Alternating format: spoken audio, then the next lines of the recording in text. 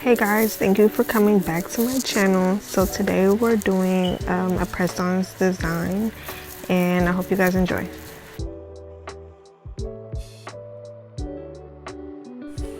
I'm going to be using these straight press-on tips. I'm going to be adding these down below in the bio for you guys. I'm just taking my straight edge cutter and just cutting the press-on tips down to like a certain length because I'm going to be adding these straight tips to my press-ons. I usually just do this because I don't really like how the press-ons are. I want like a specific shape to them. And the tips I'm using today is from Good Trades. They're the extra long straight non C-curve tips. I really love these tips, guys. They lasted me at least 2 years and they come with 500 pieces, so I'm going to be adding those down below as well. So I just go ahead and just start gluing all of them down. I size them first, as you guys seen, and then I glue them down, just making sure all of them are glued down. And then now you're just going to see me taking one by one, and I'm just clipping the sides. They were a little bit too long on the sides, so I just clipped them down. Then I also just clipped off the number on each tip, just as like a reference at first, but you'll see me size all of them to the same length. And I'm just taking my file and filing the sides down. And you'll also see me using my sanding band and my 5-in-1. Filing your nails over the top like this ensures that your nails are going to be crisp and they're going to be the same length on both sides. Okay, and I just want to make sure that you guys are following along with me. I'm taking my sanding band and just sanding the part where both of them meet, just to make sure that they're both blended together perfectly. And now I'm gonna just repeat all those steps with all the rest of the nails, just making sure they're the same length. I size them together and then clip them down, and then you'll just see me filing just to make sure everything is, like I said, the same length and everything is the shape that I want.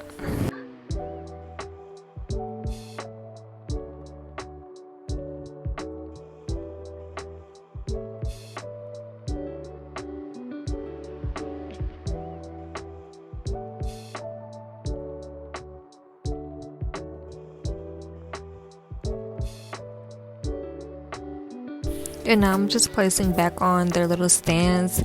I don't have the putty that goes with it. I just used some double-sided tape and just taped it down. It does work, but you have to constantly keep adding more tape because it doesn't get sticky after a while. And we're gonna move right along to the acrylic process. So I'm using my KADS Kolinsky brush in the size 12, and then I'm using Valentino's Classic Nude, which is my favorite nude because it's almost gone. For me to get a big bead, I just put my brush in the monomer, swirl it around a little bit, and then when I am tapping some of that liquid off, I only rub it on the side one time, because when you are picking up that powder, it has to be a perfect ratio from monomer to acrylic. And if you're picking up a certain size bead, you have to be sure that you're not picking up too much powder or not enough liquid. You don't want your acrylic to run right off of your nail. That's why I'm telling you guys to create a monomer to acrylic ratio.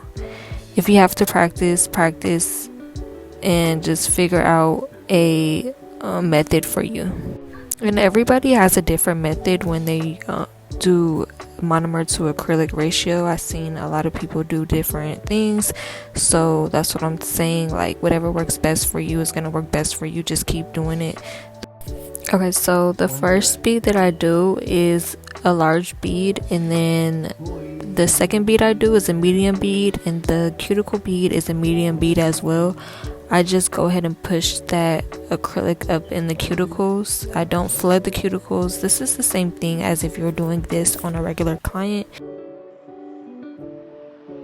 And I'm gonna just repeat the same step to all the nails like before, so you guys could just see that.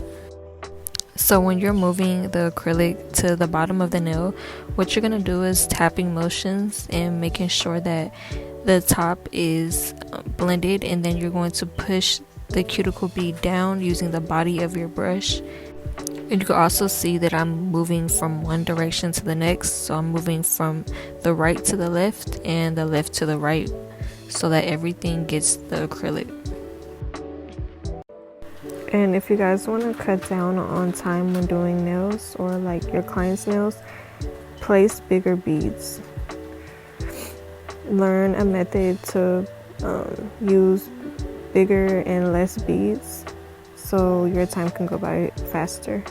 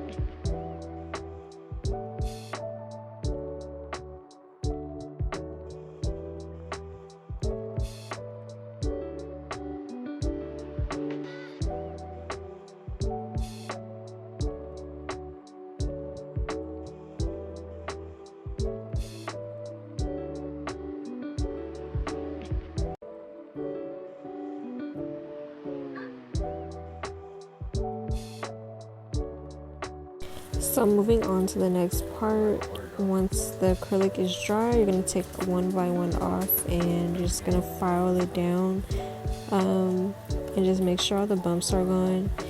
This is the 5-in-1 drill bit I was talking about in the beginning. I used that to kind of just get the bumps out and smoothen the nail, and then you'll see me go over that with a file, because sometimes it does create like little ridges, so you want to just make sure everything's smooth. I use my file, then I use my sanding bit, and I also go behind the nail as well, just to blend those two nails together.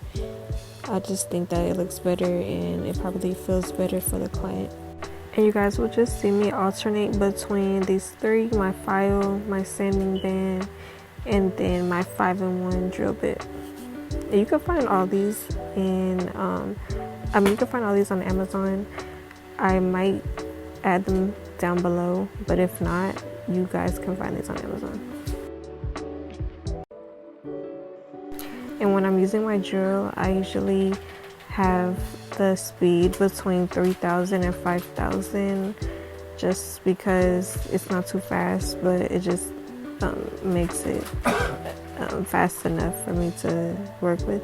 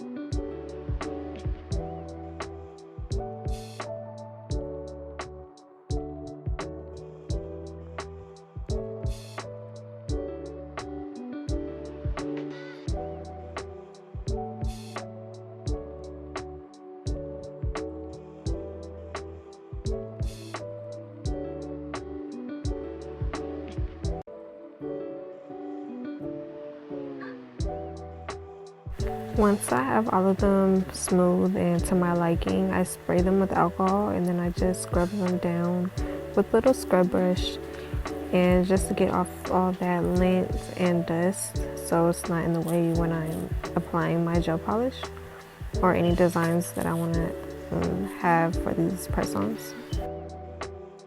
The gel polish I'm using is from Beetles. They have good white and black gel polishes and color polishes for beginners, and they are affordable. I just start by using these, and you can gradually just buy the more expensive products later once you learn how to practice and everything. And you just see me taking that white and painting it on the bottom. This is how I create my Frenchies. A lot of people do them differently, but this is how I do them when I'm doing it on longer nails. And you'll see me just taking my long brush, and I do a diagonal line going down, and then I just carve it in the middle.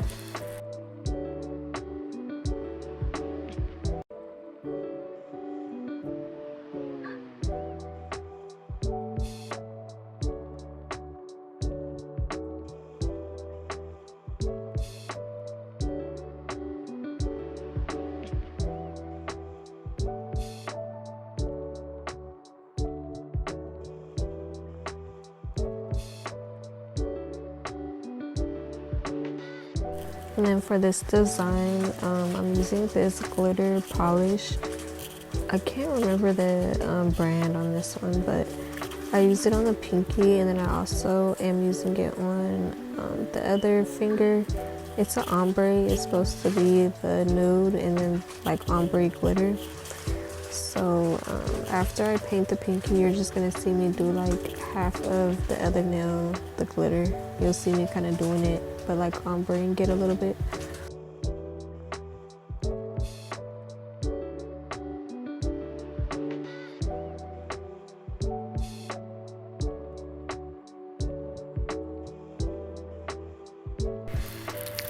Usually I cure the polish for 60 seconds. Well, now I do 60 seconds, and then I do 99 seconds after that, just to make sure that it's dry. And then now you're just gonna see me go back in and make the Frenchie a little bit more opaque.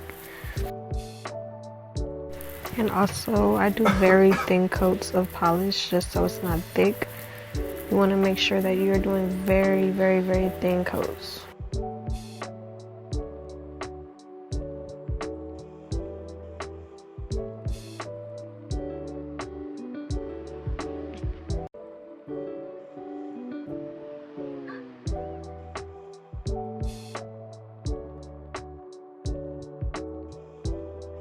Okay, and to create the Croc design, what you're gonna do is get like a smaller brush, and then you're gonna just create lines with the polish of choice. So mine's is white, and I just do lines going straight across. I believe I did 4 bigger lines, and then you're gonna do lines on the outer sides as well.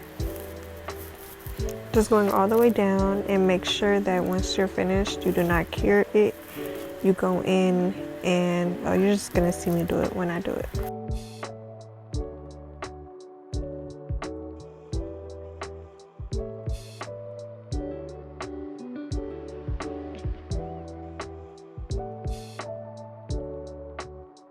And once you have created those lines, I'm using my Mia Secret clear powder and just pouring that all over that design, so it just makes it like kind of 3D-ish. And then after that, you cure it. And I wanted to show you guys the crystals that I'm going to be using today. This you can find on Amazon as well. I added some other gems that I also got. I just added them inside. But okay, once you have that cured, you're going to just dust off the excess powder and just make sure everything looks good. And what I'm doing right now is just mapping out how I want the gems to be placed on the nail before I add them. So it just gives me like a visual of how I want it to look. So you're just gonna see me mapping it out at least 3 times.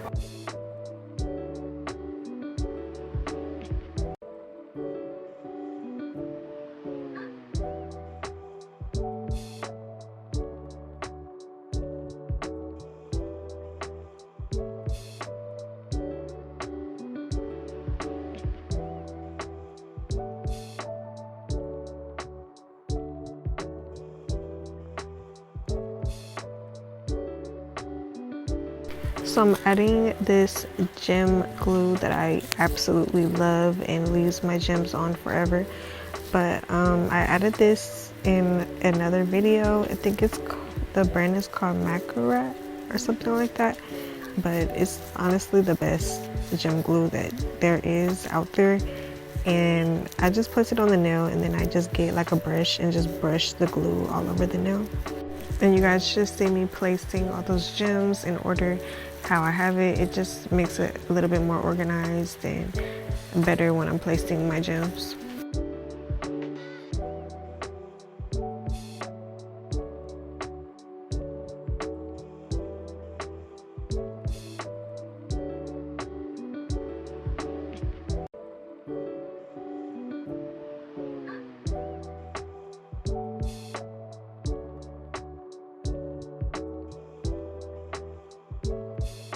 So same thing as the thumb, the ring finger is getting the same gem design, and then the ombre glitter is getting like a little bit of gems, but it's not going to be the same as the thumb and the ring finger.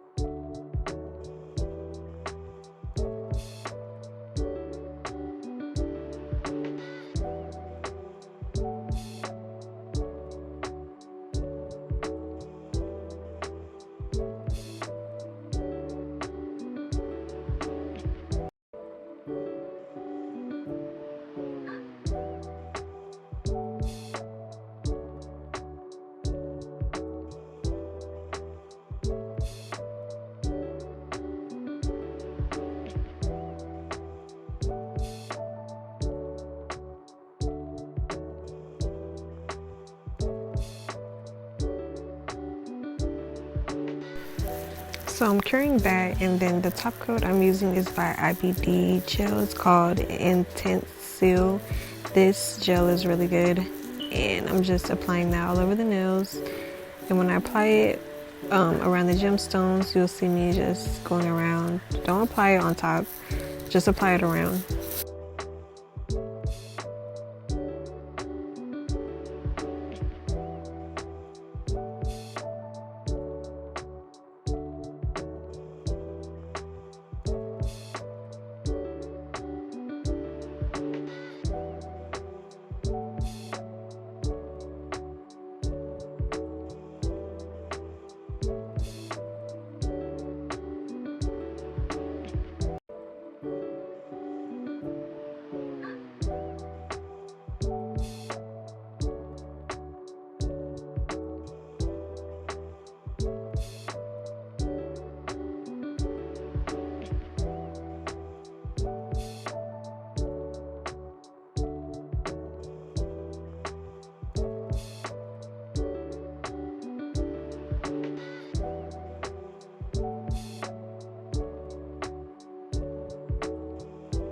Okay, and once you have cured all your nails, they should look like this. Thank you guys for watching. Please subscribe and give this video a thumbs up. Thank you. Bye.